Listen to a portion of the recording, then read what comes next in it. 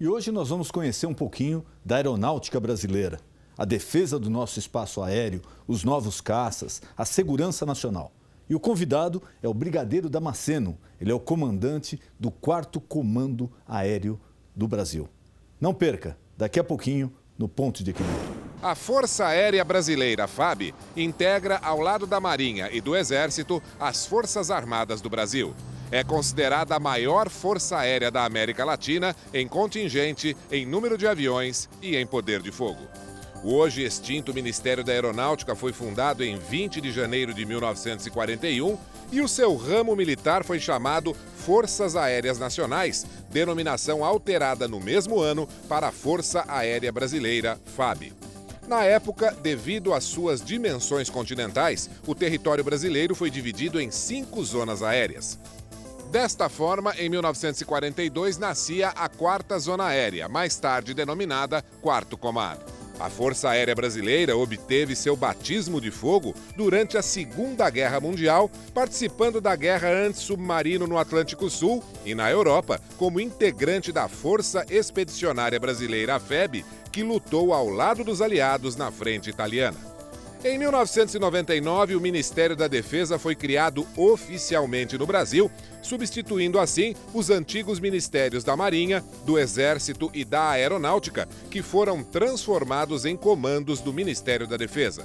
Então, a FAB passou a ser subordinada ao Ministério da Defesa. O Dia da Força Aérea Brasileira é comemorado em 23 de outubro.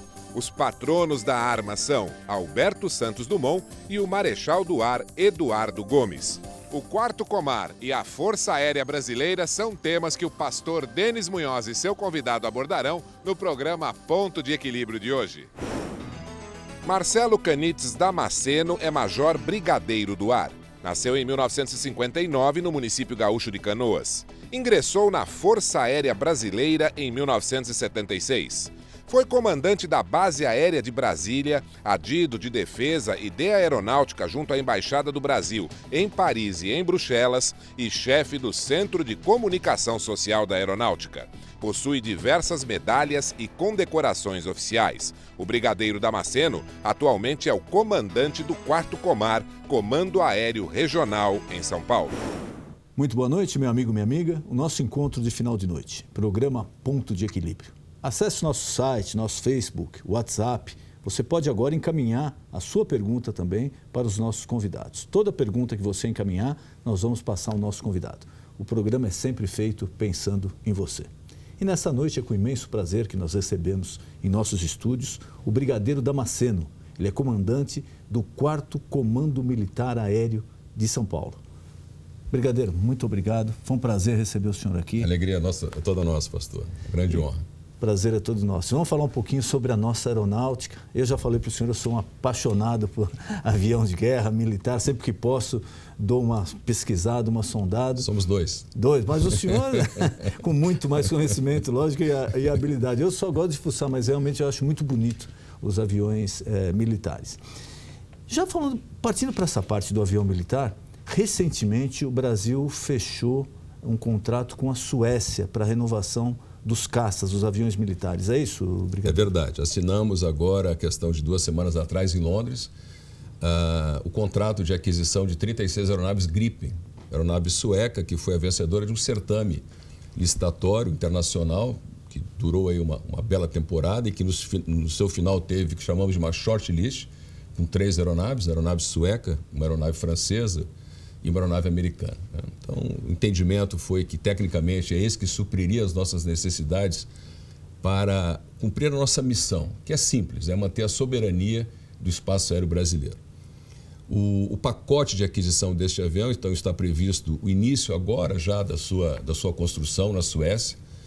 É um pacote que tem um binômio interessante. Eu acho que isso quem sabe, seja o mais importante nesse momento, que é a transferência de tecnologia. Isso foi mandatório quando dos nossos estudos para da aquisição dos aviões. E o segundo é o que chamamos de offset, né? Um termo internacional que nada mais é do que trocas comerciais, né? Transferências comerciais. Quanto ao transferir tecnologia, então, a Suécia ela nos mostrou um leque de opções extremamente vantajosas para o Brasil. Já estamos lá na Suécia com um grupo de engenheiros e técnicos já para iniciar a linha de produção deste avião, que chama Gripen NG de New Generation, né? E a cadência da construção desses aviões, ele permeia da seguinte forma. Nós temos lá inicialmente 15 aviões fabricados na Suécia, com os técnicos suecos, com a força, com a mão de obra sueca, sendo observado pelos brasileiros que lá estão. Depois nós temos no intermédio desta produção 8 aviões que serão produzidos já pelos brasileiros, com a supervisão dos suecos. E aí sim, no último terço, nos últimos aviões, voltamos ao Brasil, na Embraer, construídos por brasileiros, né? Aqueles que aprenderam a produção, o fabrico já com a tecnologia já absorvida, e essa tecnologia ela vai crescendo até que no último 36º avião deste primeiro lote nós temos aí algo acima de 50% de transferência. O outro ponto importante desse binômio de sucesso é, como eu disse, o offset, né? Sabemos todos aí que o custo desse avião gira em torno de 5,7 bilhões de dólares. Né? Dos 36 aviões, 5,7 bilhões de dólares. Já com seu suprimento e seu armamento. Né? É uma compra interessante.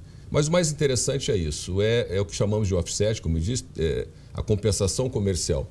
Quanto que a Suécia investe no Brasil por acreditar na indústria brasileira? A bagatela de 200% desse valor. Né? Um retorno muito bom. O dólar, como vemos hoje, é em torno de 4, né? Nós teríamos próximo a 40 bilhões de reais investidos pela Suécia no Brasil, numa gama não só ligada à aviação. Né? Ela não é restrita à área nem militar.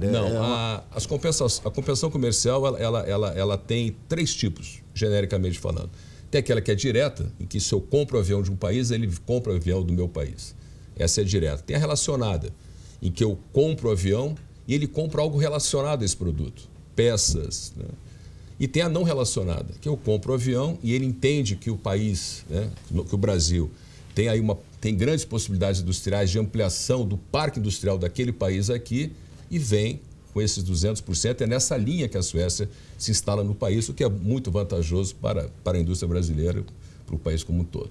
Na transferência de tecnologia, por favor, me corrija, sou leigo no assunto, mas pelo que eu li, lá atrás, alguns anos atrás, quando estava se optando entre os aviões americanos, franceses e alguns outros, a transferência de tecnologia sempre foi uma condição sine qua non.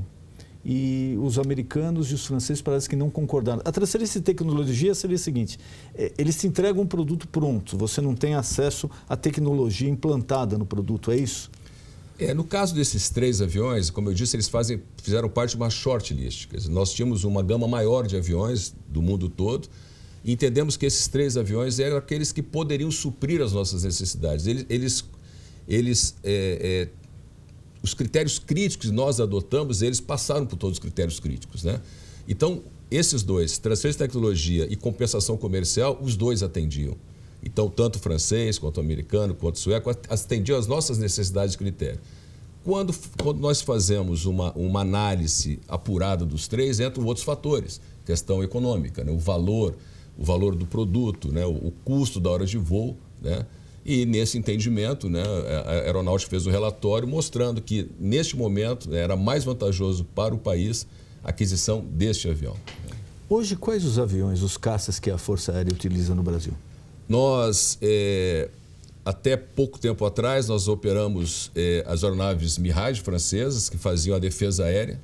Tivemos na história da defesa aérea e na história da base aérea de Anápolis, em Goiânia, 2 aviões, o Mirage 3, que depois, com a sua desativação, fizemos a aquisição de um lote de 12 aviões Mirage 2000, que foi há pouco tempo desativado. Hoje, enquanto nós aguardamos a chegada das aeronaves Gripen, operamos a defesa aérea e a aviação de caça brasileira com 3 aviões. O F-5, um avião supersônico, o A-1... F-5 americano. Americano.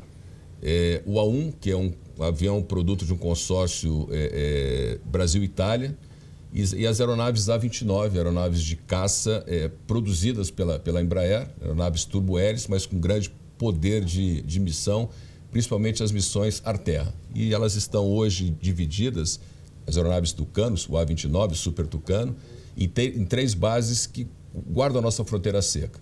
Uma base em Boa Vista, uma em Porto Velho e outra em Campo Grande, do Mato Grosso do Sul. A aeronáutica, é lógico, o Brasil vem enfrentando um momento difícil financeiramente, economicamente falando. A área militar também não deve ser exceção.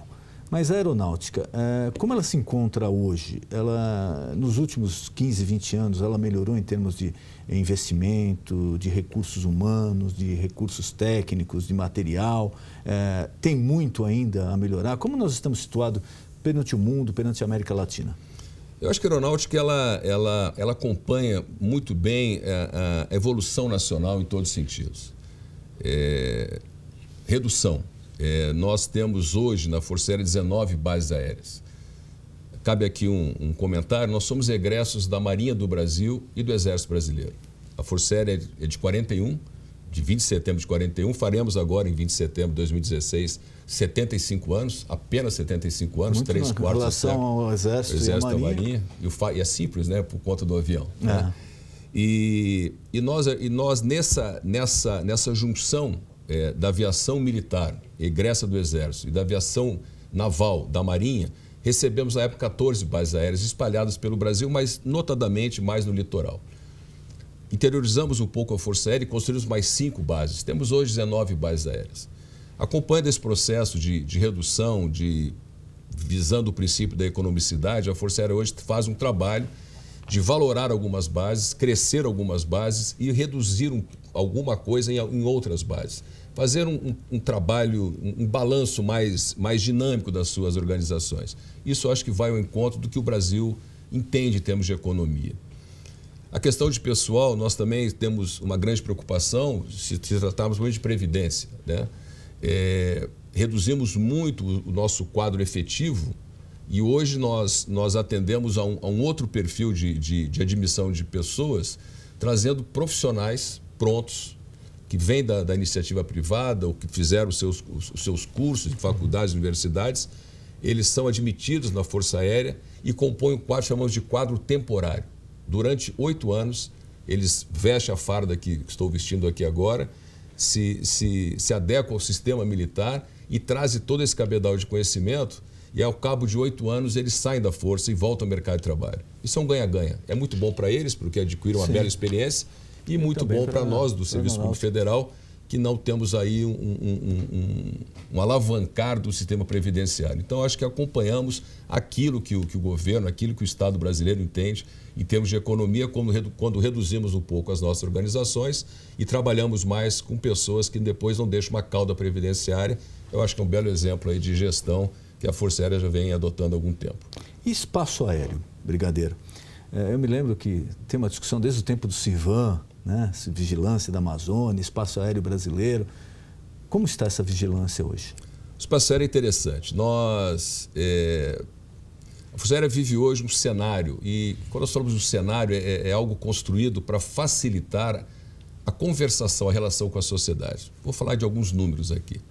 O nosso território tem 8,5 milhões de quilômetros quadrados, e se nós somarmos a estes 8,5 milhões de quilômetros quadrados, temos mais 3,5 milhões que a Marinha muito bem utiliza e chama de Amazônia Azul. Amazônia Azul, sim. Cenário são fabuloso. 200 milhas. Exatamente. Quando nós somamos 8,5 milhões mais os 3,5 milhões, nós temos aí 12,5 milhões de quilômetros, né? É um continente. É um continente, né? E continente que tem que ser mantido nele a soberania. E é isso que a Força Aérea faz no espaço sobrejacente a esses 12 milhões. Nós fazemos aqui o controle do espaço aéreo e a defesa aérea. O grande binômio da Força Aérea hoje, ele repousa em 2 verbos, né? Em controlar o espaço aéreo e defender o espaço aéreo. Como é feito esse controle? Nós temos 5 grandes organizações do Brasil ligadas ao controle do espaço aéreo, que são SINDACTAs, que são Centros Integrados de Defesa Aérea e Controle de Tráfego Aéreo, baseados o primeiro em Brasília, o segundo em Curitiba, o terceiro em Recife, o quarto em Manaus. Nós temos aqui em Congonhas, em São Paulo, um Serviço Regional de Proteção ao Voo, que faz o trabalho que o SINDACTA faz. Qual é a ação do SINDACTA? A ação dele está implícita no seu próprio nome. SINDACTA quer dizer Centro Integrado de Defesa Aérea e Controle de Tráfego Aéreo. Dentro de um SINDACTA, nós temos lá, então, os nossos controladores de voo, né, que controlam aquilo que nós chamamos de circulação aérea geral. O que é isso? Quando pegamos um avião comercial das belas empresas que temos no Brasil hoje, da decolagem ao pouso, né, da saída ao destino, esse controle é feito efetivamente pelo nosso pessoal. Aviação comercial. Aviação comercial normal, que os SINDACTAs cuidam, né? Junto a isso, no mesmo espaço de trabalho, nós temos pessoas da defesa aérea. Por quê? Porque caso tenhamos algum problema com o seu avião quando sai daqui para visitar um parente no país ou fora dele, a defesa aérea está atenta para ser alarmada pela circulação aérea geral, todos da Força Aérea Brasileira, e atender ali uma necessidade, suprir alguma outra necessidade também que o piloto possa ter e ajudar a trazer esse avião em segurança para o solo. Esse, então, é o sistema. Mas não para por aí. Se nós analisarmos os 12 milhões de quilômetros quadrados, que não é área, né, é volume, porque isso vai até o limite do voo dos aviões, nós atendemos a acordos internacionais. Todos os países que têm um belo sistema de controle, como nós temos, atende a esse acordo internacional. E nós temos, além dos 12 milhões, ainda que atender para fazer o controle do espaço aéreo, mais 10 milhões de quilômetros quadrados sobre o Oceano Atlântico, limitado até o meridiano 10. Então, imagine, pastor, que além dos 12, nós temos mais 10. O nosso universo de trabalho da Força Aérea é de 22 milhões de quilômetros quadrados, né, em volume. Né? Pra justamente não cair naquele buraco negro, teve até aquele avião que foi de São Paulo a Paris, que acabou caindo. Da empresa francesa. Até o limite ali da área brasileira foi feito o monitoramento. Foi feito. Passa do monitoramento. Esse exemplo é fabuloso. O monitoramento e a defesa até o limite do Brasil é feito. Passado o limite do país, ele entra numa área que nós temos que controlar por questões de acordos internacionais. E o acidente foi exatamente nesta área em que lá nós somos obrigados a suprir a busca e salvamento e o resgate. E foi assim que fizemos. Nós temos uma organização respeitada no mundo, que é um esquadrão de busca e salvamento, que chamamos de Esquadrão Pelicano, sediado em Campo Grande, capital do Mato Grosso do Sul, que fica na nossa área de jurisdição. E foi esta organização em Campo Grande que fez a formulação de toda a operação de resgate daquele avião. E isso foi uma operação que nós fizemos em conjunto com a Marinha, de sucesso total, né, renomado sucesso, num momento fatal como aquele. Mas exatamente cumprindo, né, exatamente aquilo que os nossos contratos internacionais rezam. O senhor falou um pouco do controle aéreo. Há um tempo atrás nós tivemos aí acidentes, muitas críticas foram feitas sobre uma sobrecarga de trabalho, que eram pessoas que não estavam preparadas, que estavam com muito serviço, que não tinham salário condizente, então tinham que procurar outras alternativas. O que mudou de lá para cá, brigadeiro? Nós temos aqui em São Paulo 2 escolas de excelência. A Academia da Força Aérea, que forma os pilotos, os aviadores, forma os oficiais intendentes e forma os oficiais da Infantaria de Aeronáutica. Fica em Pirassununga e é uma referência na formação dos nossos oficiais. Temos uma outra escola, também referência na formação dos técnicos, e é lá que nós formamos nossos controladores de voo. Daquele período para cá, o que foi feito e com muita efetividade, com muita ação direta do Comando da Aeronáutica, foi ampliar o número de controladores formados por aquela escola. Então, hoje nós temos um número bastante efetivo.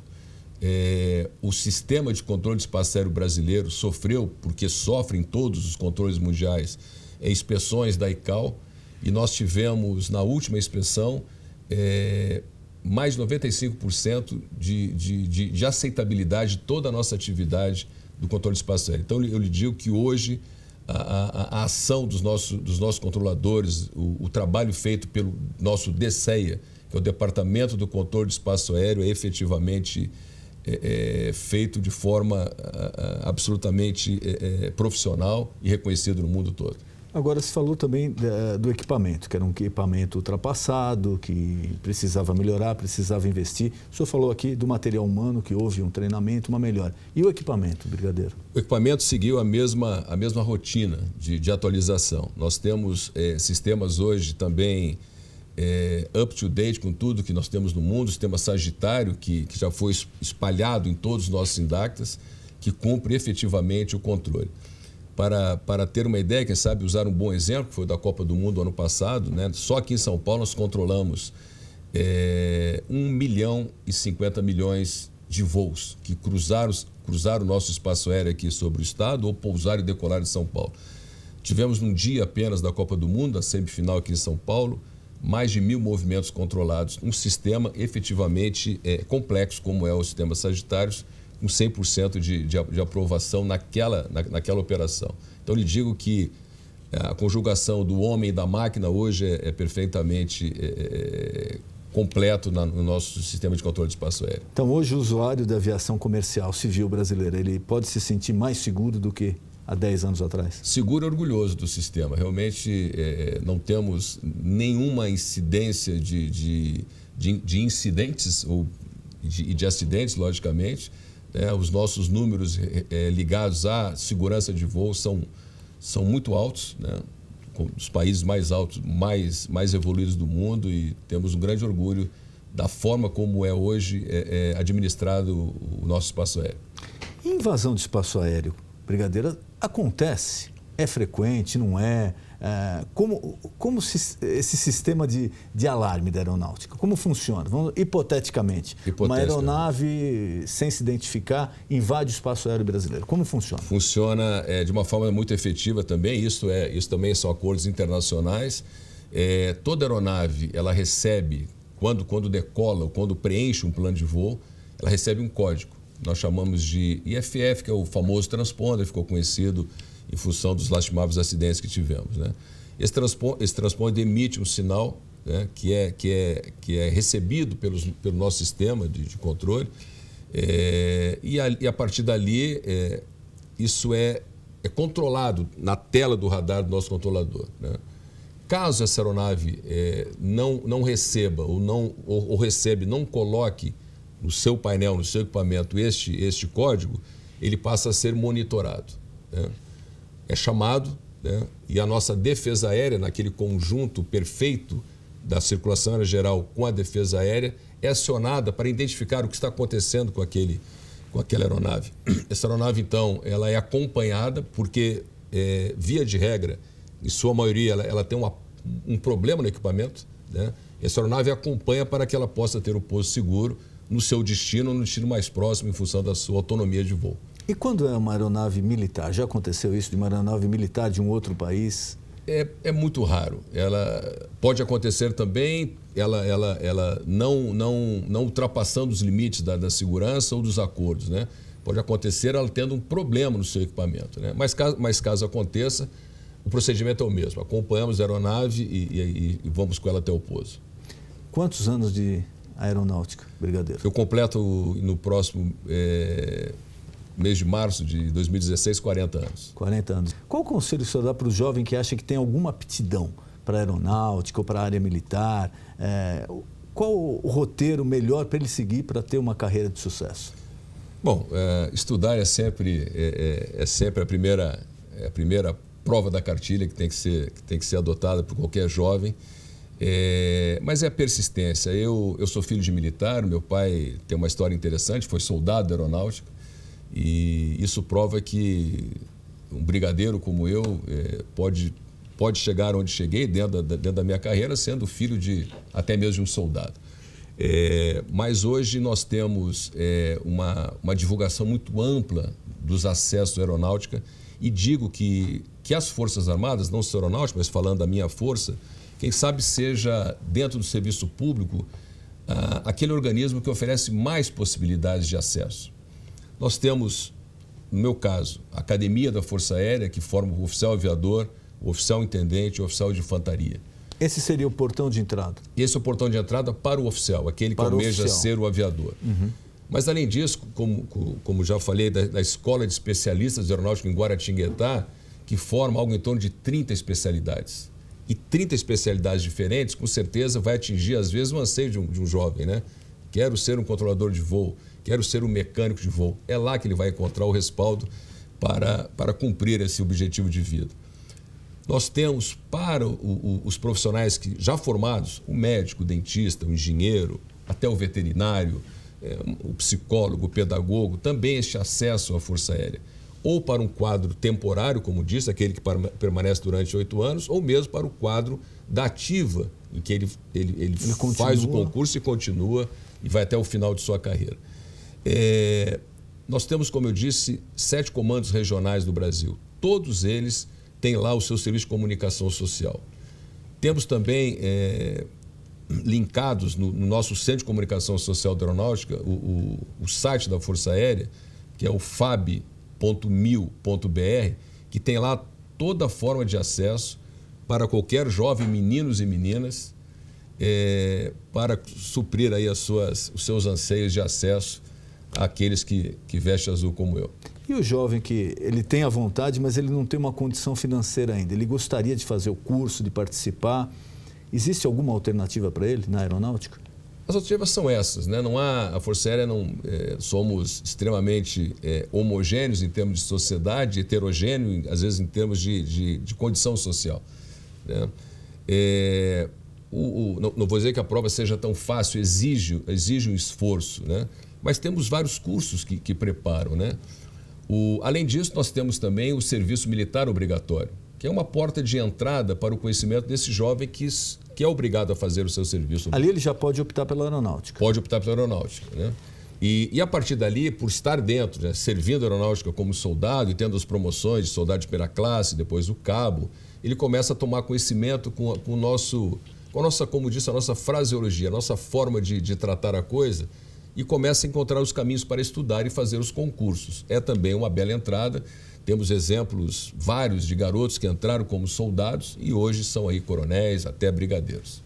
Brigadeiro, nosso tempo está se acabando. Eu queria mais uma vez agradecer a presença do senhor. Nós sabemos que a sua agenda é complicada, mas o senhor abriu essa sessão aqui para o nosso telespectador. Queria colocar à sua disposição algum tema que eu não perguntei, algum recado que o senhor queira passar. Por favor, fique à vontade. Bom, inicialmente agradecer efusivamente esse convite, pastor. Eu acho que a Força Aérea faz parte desse grande consórcio chamado Estado Brasileiro. A nossa missão é diariamente cumprir a nossa tarefa de manter a soberania do espaço aéreo. Como falei, esse grande binômio que nós atendemos de controlar o espaço aéreo e defender esse espaço às vezes de 12 milhões, às vezes de 22 milhões de quilômetros quadrados, é uma tarefa árdua, não é barata, mas é feita com muito entusiasmo, muito carinho e muito profissionalismo. Os nossos meios, os meios colocados à nossa disposição, os nossos aviões, os nossos homens são muito bem formados, os meios muito bem mantidos para que a gente possa cumprir efetivamente isso que nos é colocado pela Constituição e fazer a nossa parte na construção de um país cada vez mais pujante, maior e que dentro do Conselho das Nações terá o seu lugar de destaque muito em breve, tenho certeza disso. Brigadeiro, muito obrigado. Foi um prazer receber o senhor no nosso programa. A alegria foi toda nossa, pastor. Muito obrigado. Você já sabe, o nosso encontro de final de noite, programa Ponto de Equilíbrio. Boa noite.